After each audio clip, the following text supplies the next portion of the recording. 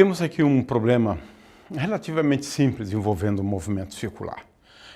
Essa figura que a gente vai olhar agora, ela ilustra bem esse exemplo, ou esse exercício proposto, né?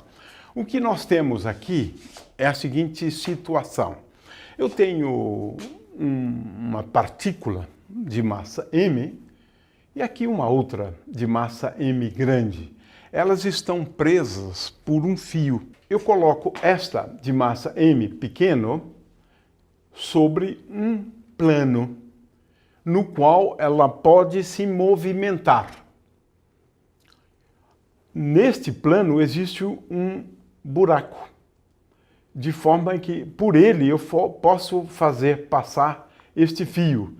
Na verdade, o ideal é passar o fio e depois prender o corpo de massa m. Agora, eu posso colocar esse corpo de massa m em movimento, em princípio em movimento circular, e pode acontecer, sim, de haver um movimento circular ou uma situação na qual este corpo permaneça em movimento circular de raio R e este outro permaneça em equilíbrio, sem subir nem descer.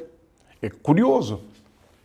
Por exemplo, se a velocidade desse corpo for igual a zero, não há nenhuma outra alternativa senão a de que esse aqui desça.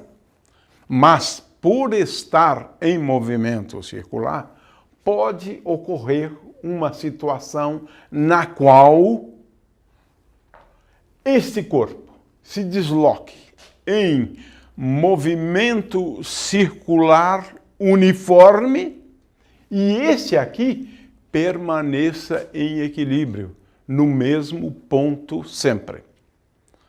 A questão é, qual é a velocidade adequada para que isso aconteça?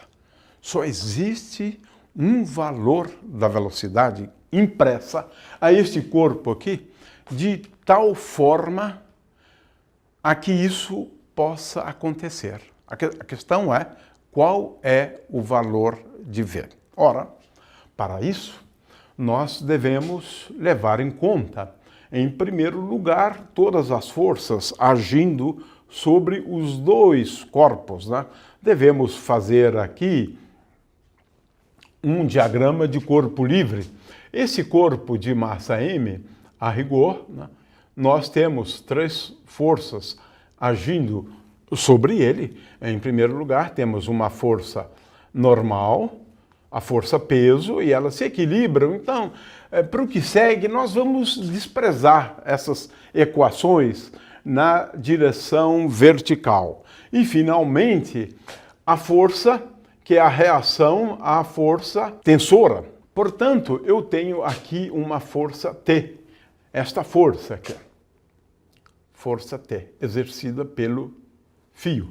É uma reação à força de tração do fio. Às vezes a gente chama essa força também de força tensora, né?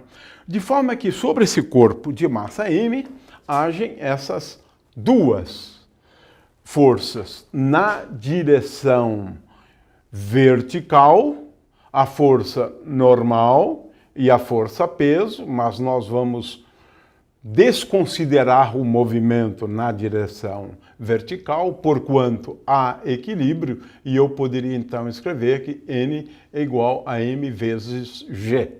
No entanto, para essa força T, como eu tenho aqui um movimento circular uniforme, eu posso escrever para essa força T uma segunda equação, que é T é igual a M vezes V ao quadrado dividido por R. Ora, de onde é que tiramos isto? Aqui nós utilizamos a segunda lei de Newton. Ou seja, a componente normal da força, que é T, é igual a massa vezes a aceleração centrípeta. Então, e nós já sabemos que num movimento circular, esta expressão para a força centrípeta. É claro que poderíamos também escrevê-la em termos da velocidade angular, em cujo caso a expressão melhor seria esta, a ser utilizada quando eu estou preocupado com a velocidade angular do movimento. Tenho, portanto, aqui as equações relevantes para o movimento desse corpo de massa m. Agora, devemos também levar em conta esse outro, de massa m grande, aquele que está colocado. Neste caso, nós temos a reação da tração do fio, vamos colocar essa força como sendo igual a T, mas esse T tem o mesmo módulo e, portanto, o valor de T é o mesmo que esse T aqui. Eu tenho, portanto, T. E aqui eu tenho a força peso M vezes G. É claro que neste caso eu preciso colocar M grande, porque esse corpo aqui é o corpo de massa M. E nós sabemos que, de acordo com os dados, como esse corpo permanece na mesma posição em equilíbrio, nós podemos, portanto, escrever que T é igual a M grande vezes G. Ora, temos, portanto, aqui duas equações, né? E o que é pedido é justamente a velocidade, né?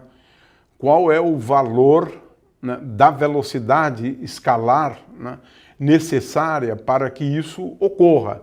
Portanto, eu vou simplesmente utilizar essa expressão T igual a m vezes v ao quadrado dividido por r e esta segunda. Portanto, eu concluo dessas duas que m vezes v ao quadrado dividido por r é igual a m vezes g.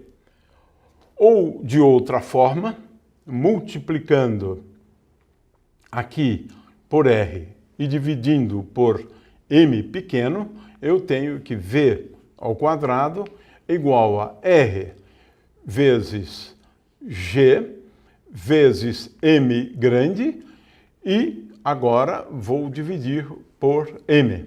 Consequentemente, eu tenho aqui a solução do problema proposto. Ou seja, v é igual a raiz quadrada de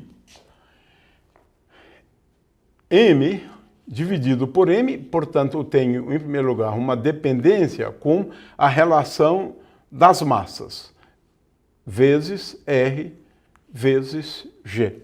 Ou seja, se eu conhecer o valor das duas massas, g, em geral, a gente toma como sendo igual a 10, mas pode ser 9,81, e agora eu preciso do valor do raio. Portanto, em função dos dados, as massas g e o valor do raio, eu posso determinar a velocidade escalar desta partícula que está em movimento circular e uniforme em função dos dados do problema. Ou seja, de acordo com a situação que é proposta, de fato, nós vemos que ela é possível e, para tal, a velocidade escalar deve depender do raio e das massas de acordo com esta expressão aqui. E com isso, então, encerramos a resolução desse problema.